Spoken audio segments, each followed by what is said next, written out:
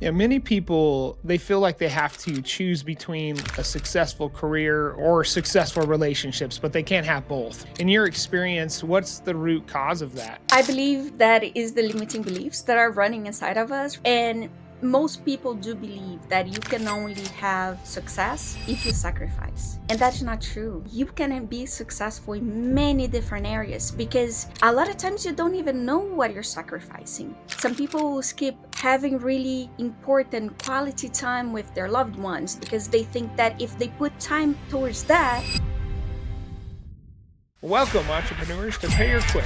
where we reveal the gritty truth behind business success. People see the glory, but not the struggle it takes to get there. We're here to share the real stories of entrepreneurs navigating the tough intersection of business and relationships. I'm Tony Klein. And I'm Shawn Johnson, and together we'll guide you through the real challenges faced as serial entrepreneurs. Join us for the untold stories behind the scenes. Buckle in, it might get messy. Well, I am here today with Berenice Brito. I'm so excited to have you. You have a really powerful message. Tell us a little bit about yourself.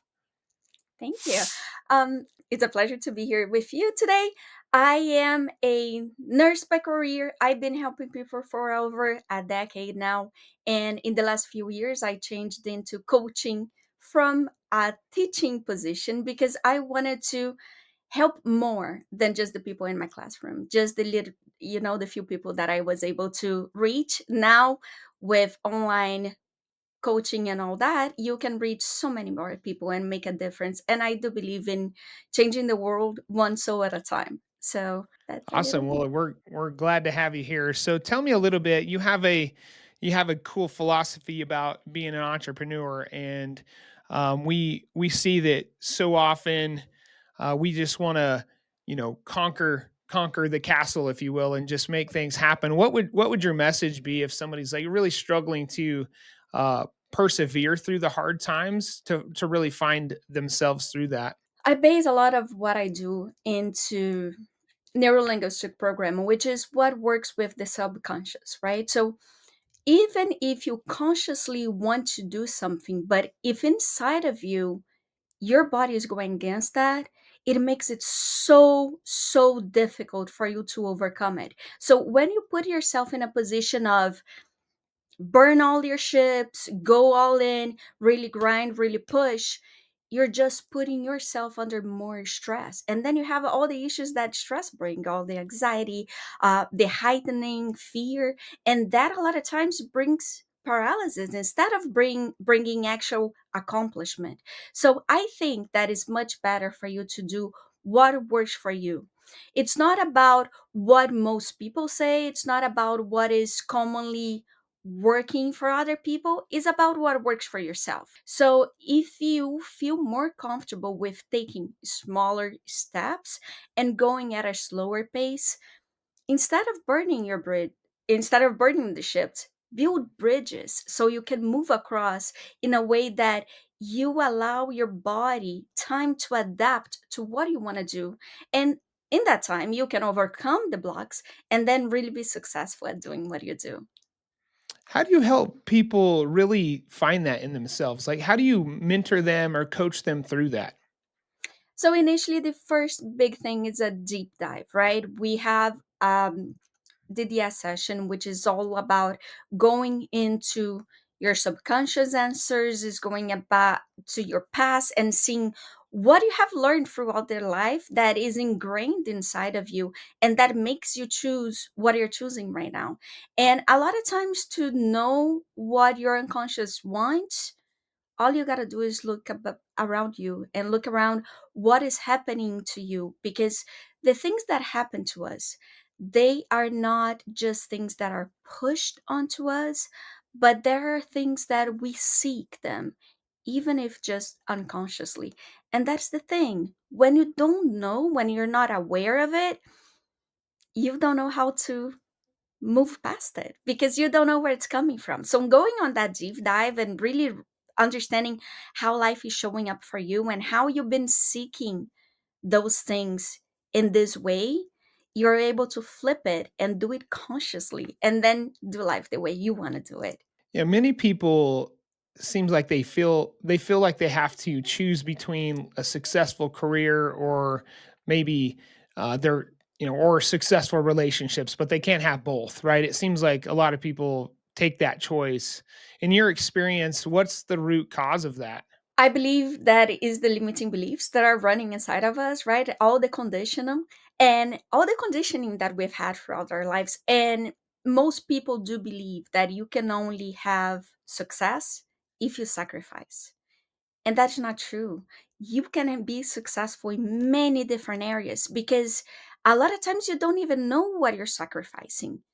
Some people will skip lunch, they'll skip sleep, they'll skip having really important quality time with their loved ones, they will not engage in relationships in a way that they would like to engage because they think that if they put time towards that, they're take time away from their business is going to fail, they're not going to be able to pay their bills and whatnot. But you realize that when you work on the other areas of your life as well, and you are able to stop sacrificing, you actually create more time. You're more productive. You can do things better and have it all because you're not fighting against the current. You're creating your flow. And would you encourage people to really kind of fit to their business, or fit to the business where the market dictates their business, or really to shape their business in a way that would fit to their needs and their lifestyle? Market research and knowing what people want is major in business, right? Because it's not about just what you want to offer, but you got to tailor it for the clients that you want to have, for the audience that you want to serve.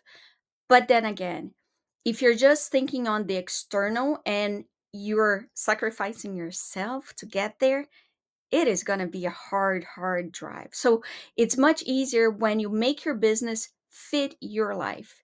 When you know what you want, you can find the ways to get there in a way that is easy and gentle, and you can flow much better by creating your own flow instead of just going with what you think it's expected of you and you trying to conform, because that tends to create resentment, dissatisfaction, and you will feel like you're grinding, but you're not really achieving happiness, you're not really celebrating your success. You're not really taking advantage of everything that you're building because you are sacrificing other things to get that one thing that you thought was the thing that was going to bring you fulfillment. What are some things we can look for to indicate that we're spinning our wheels, that we're not making the progress that we want to? And oftentimes that's the grind, right? We're head down, we're in the thicket, we're not really looking at a bigger picture. What are some things we could look at to like really help us to lift our head and look above all of that? The first thing is to look around you and see,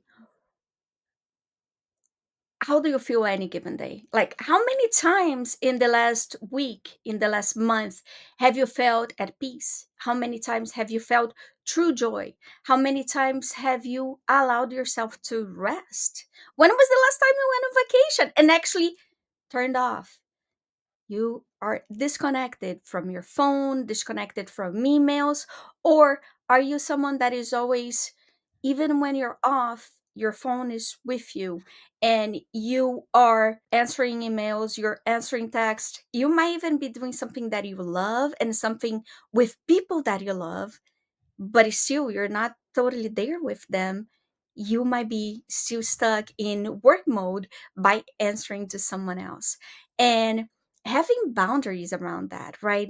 Knowing your work hours, your personal time, your family time, your time for relationship, to be with your other person is super important, because when you create those barriers around you, when you have that boundary, you can really enjoy the moment that you're living in instead of worrying about the future, worrying about the things that you got to do. So I would say that, like, just take a moment to think about your life in the last month, or since we're at the end of the year, right? Look back at 2024.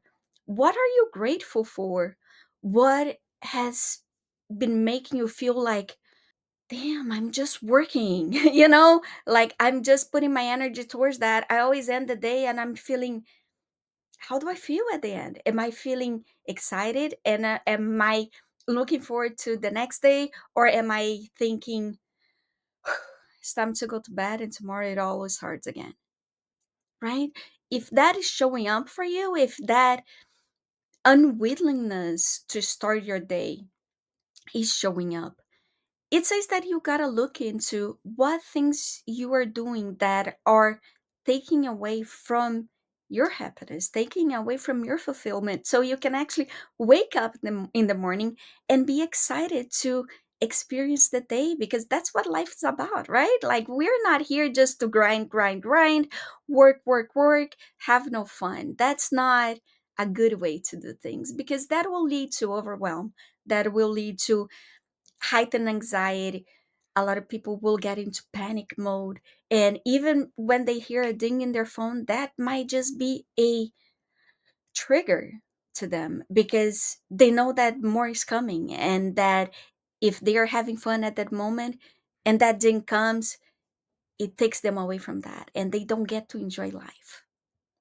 Yeah, it's great advice. I come from the real estate space, not in the sales world, but the property management space before what I'm doing now. And it's very common in that industry to, pick up the phone at 9 o'clock at night, or, midnight rolls around and I got to get that contract out. Those boundaries are super important. Luckily, I had a wise wife, and I agreed with her. Like, we can't do that. Like, shut it off at 5. It's family time after that. How would you advise like folks that are kind of in that space? Like, I got to keep it going. Um, Beyond just to set those boundaries. What's the mental havoc that, or maybe the stress havoc that causes on people in the long term, that maybe if they looked further long term, they can avoid the short term pain now? I'm going to start with the first part of the question, right? A lot of times we are scared of creating those boundaries. But you know what?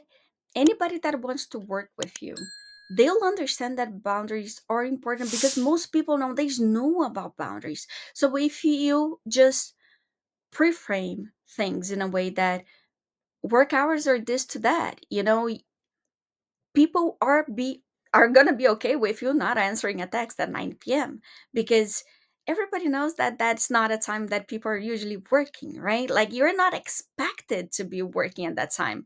And if it's someone that is having an issue with that, or if you face someone that is like, oh, I texted you last night and you didn't get back to me, you're like, oh, you were working last night? They're gonna be like, um no.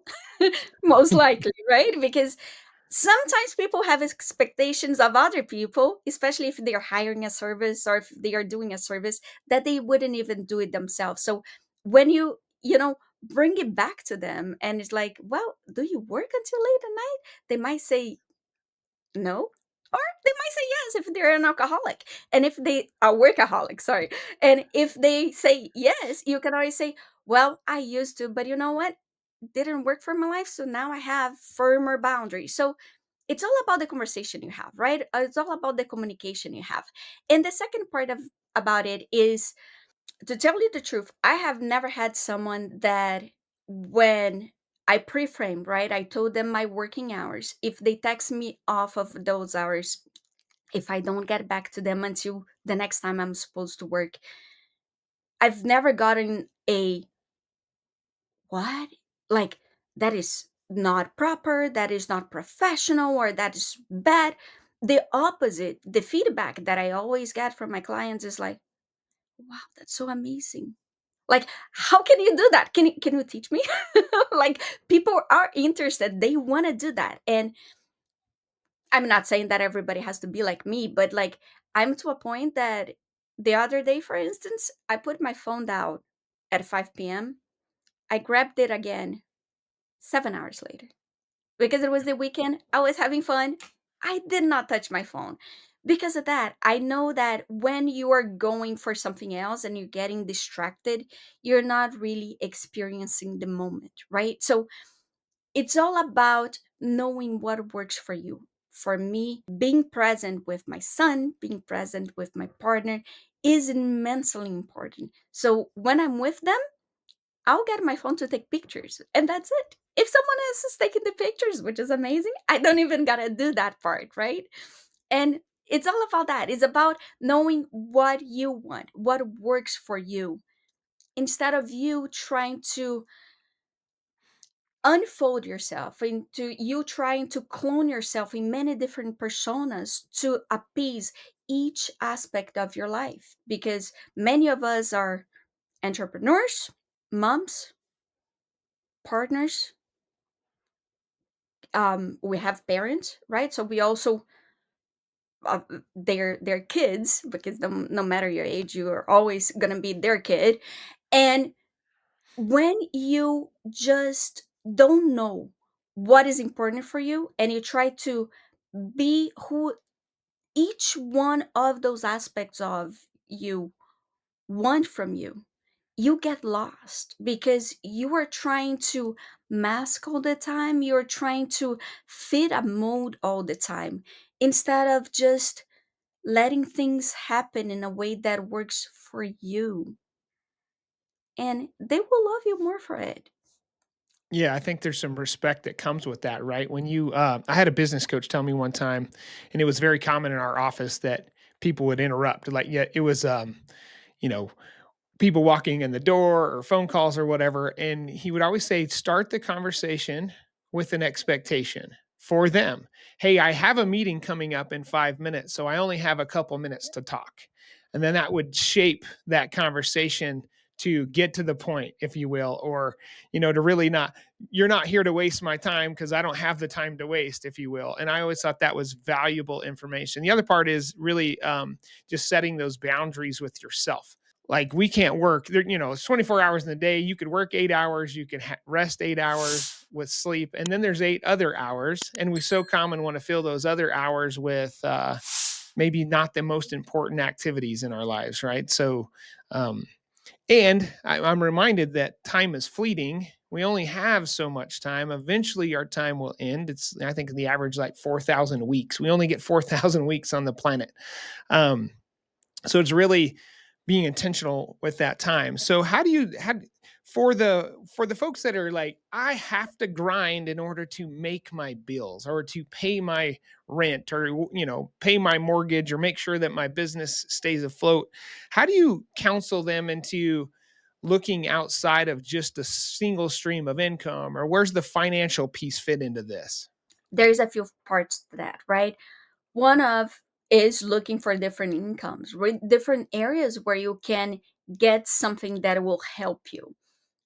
But a lot of times, even if you have those sources, if your body, your mind is working against you, it's very hard to pass a certain ceiling. So if you've been grinding and grinding, and no matter how much you work, you can never cross a threshold, there is something deeper going on. It's not just the kind of work you're doing, but it's how you are allowing that work to happen.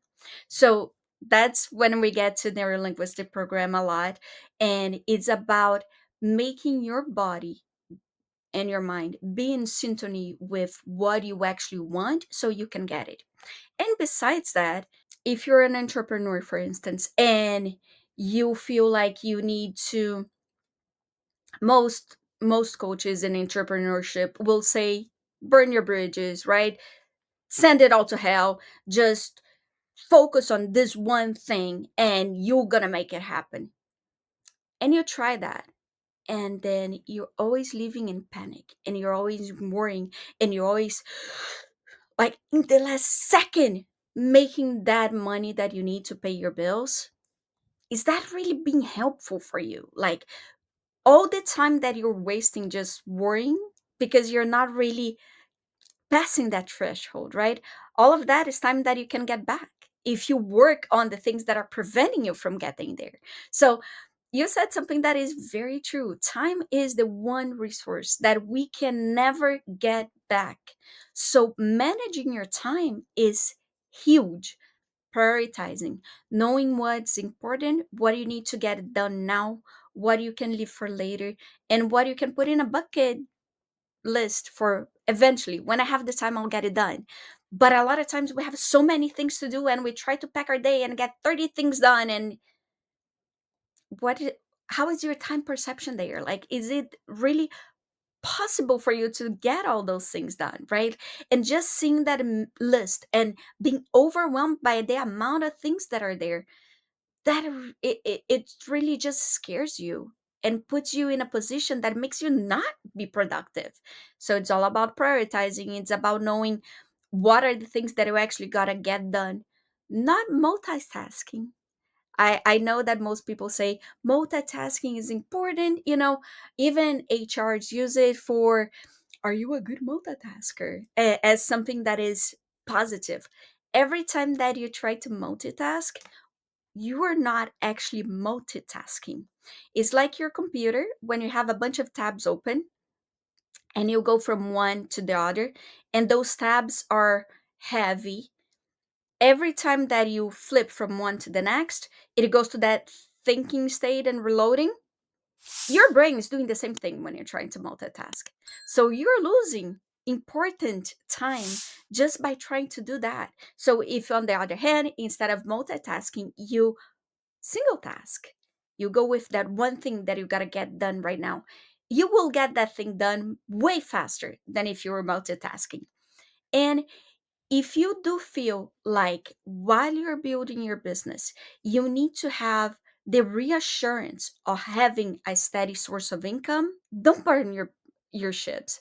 Build bridges that will allow you to get there. You stay with a part-time job, look for things that are possible for you to do that are not very time consuming but that will bring a stream of money. Nowadays there's many different options that we can make to get an income without being a 9 to 5, 40 hours a week, right? So it's about finding things that work for you instead of you just having to deal with whatever to make the money show up so you can pay your bills, because that is just putting yourself in loads and loads of stress. Yeah, I agree with you wholeheartedly with the multitasking. I think it's a complete waste. I actually call it task jumping because you're never getting onto a task with any deeper thought to actually accomplish that. And then you just move on to the next and move on to the next. And what you started never really either gets finished or gets finished well, which is super risky. Have you ever seen that? There's like an old video, and a guy's got this big glass jar, and he's talking about prioritizing tasks and what's really important. And he starts with filling up the sand, which represents all the little tasks, the non-important tasks. Then he puts some pebbles in there, and then he tries to put all of these rocks in there, which are like the important things, right? If we reorder that, and he does reorder that, and he puts the rocks in first, and then the pebbles fill in the gaps between the rocks, and then the sand fills in, and everything fits in. And the reason is because his analogy is really a point of finish the important things first. Oftentimes, when we're doing the important things, we realize that those things that we thought were important become not important anymore. They become actually irrelevant sometimes. So we don't even have to worry about them because we were focusing on something that was more important. It is and it makes total sense, right? And it's incredible how a lot of times in life, until we see it, we don't know it, right? And it's all about that remembering. It's all about that recollecting and gathering information that makes sense for you. So that's why podcasts are amazing, right? Like, a lot of times when people hear something, they go like, yes, and it's the one thing that might make a big difference in their life. Like that Yeah. one, it's about prioritizing, getting the things that are important done first. The other things might even not need to happen because maybe you already got it done with the initial ones, or maybe they're no longer necessary. So if you're dealing with lack of time and the desperation of being in the grind and going, going, going, going, going, that's a way of making more time, even though time is not something that is renewable, right? It's all about allocating your time in a way that works. Yeah, yeah, exactly.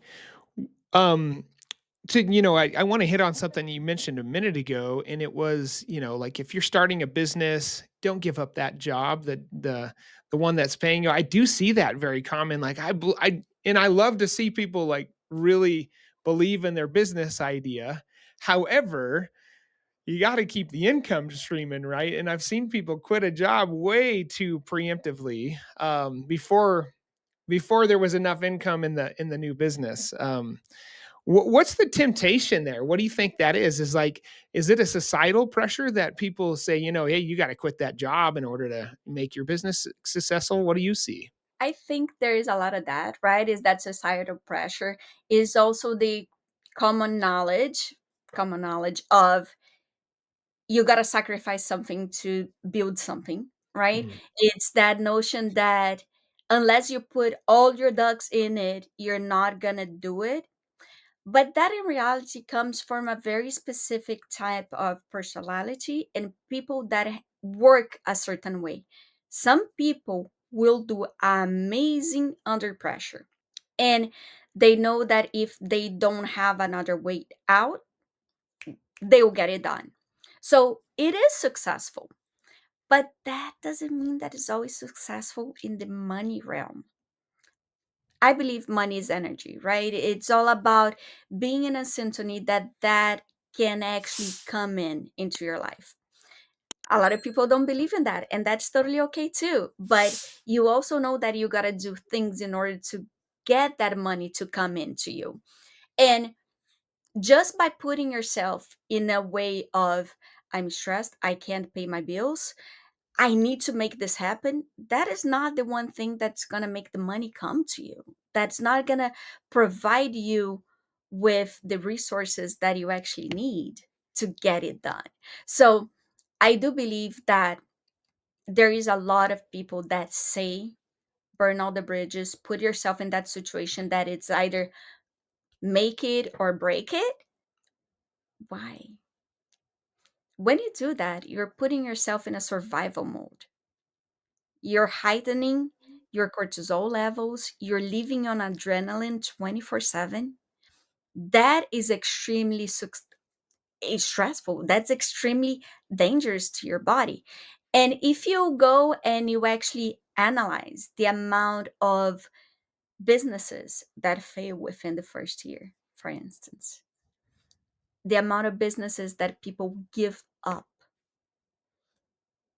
most of those, they didn't have to close down. People did not need to end those dreams, but because they didn't have the means to support their family, to support themselves, they had to, because they burned all the bridges, they start a business, they don't make any income, and then they have to stop that and go look for something else. So the numbers say that, I think the last one I read is about 70% of business that are not successful after a year. If you burn your bridges, what are you going to do when that year's done and you're in the 70%? It's not like you're, outside and you're just one or two. It's a huge number of businesses that cannot make it and sustain themselves in the first year. So if you burn all your bridges and just put everything in that, where are you gonna be a year down the line? Yeah, it's very rare that a new business starts making good money right out the gates. I mean, it's super rare. And in my experience, every time I start a business, it's like a year to 2 years that I don't touch the profits at all because it just takes so much reinvestment into the business in order to get to a successful state. Um, what would you advise? Like, hey, I've got a job, but I want to start a business. How do I manage that time of avoiding the grind, if you will, of that, overextending ourselves mentally, emotionally, physically? But I've got to get the business off the ground. Why? And I don't want to give up my income, right? So I've got to do both. What do we advise folks to get through that? I'll advise you to not do what I did. I was a nurse working bedside, working full hours, going to school because I'm always going to school, being a single mom, and building my business, which meant that every night I got 4 to 5 hours of sleep. I do not recommend that to anybody. That is not a good way to do things, right? And a lot of times, what we learn from our mistakes is what we say, I can teach you another way so you don't do the same thing, because that is not sustainable. So, what I would advise is plan things out. Time blocking. Time blocking works amazingly. You see what kind of hours, how many hours you would need to put into your business to make it happen, and you fit it in your schedule in a way that's not gonna damage you, damage your relationship with your loved ones. And it's about prioritizing, right? And when you put yourself in that position, it's not about doing it for an unlimited time frame. It's about saying, okay, for the next year, I allocate this amount of time for this amount of time for that. And then when the year is ending, like now, you sit down and you look into, did this work? Is this making sense for me? Am I feeling like I'm getting enough rest? Am I feeling like I'm working enough? I'm giving enough attention to my business when I'm doing it. By the way, on talking on that part of the attention, if you're going to have, let's say, 1 to 2 hours per day that you put into your business, on those 2 hours, put your phone on silent. Because if on those 2 hours you're scrolling social media, answering texts, getting, distracted by all those things, you might not really be putting the 2 hours in. You might be putting actually 30 minutes, and that might not be enough. So it's all about knowing what you can do in a way that allows you to still thrive, to still do things in a way that you are building it, but you're also minding the other parts of yourself. Yeah, what I hear you saying is to pace yourself with intentionality. So we can sprint for a while, but we can't sprint forever, right? And that sprint will turn into lots of pain, collapse, maybe, a trip to the ER. so pace yourself on the sprint, but then transition to a jog or transition to maybe just a little faster pace run, and then slow it down. But that sprint is can be used with intentionality. So when we're sprinting, we're focused on sprinting, but then we transition, at least what I hear you say is transition to something that can be sustained for a longer period of time. And when we're doing that, it's intentional. Yeah, I think you bring a really valid point. It's so often that we time block something and we want to be doing deep work, but the phone pings or the email pops up or whatever. And one couple things I've figured out is I've removed all social media icons. So if there's like a notification for social media, it's gone. I don't show how many emails I have unread on my phone because that's not important. I check email only at a specific time of day. And then I put screen time on social media. So like I limit myself to 15 minutes a day of social media. Anything beyond that, it feels addictive to me. And everybody's different.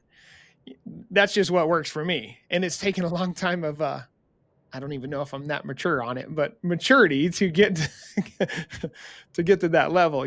So I think that was really good advice uh, on making that grind. It's really tough to start a business and while working another 9 to 5 job or a full-time job or whatever and trying to make it work. But I think if we're more intentional with the hours, like you said, then we can actually achieve both things. And then eventually, when would you say somebody is like ready to transition fully to their business and then wean off or quit the job?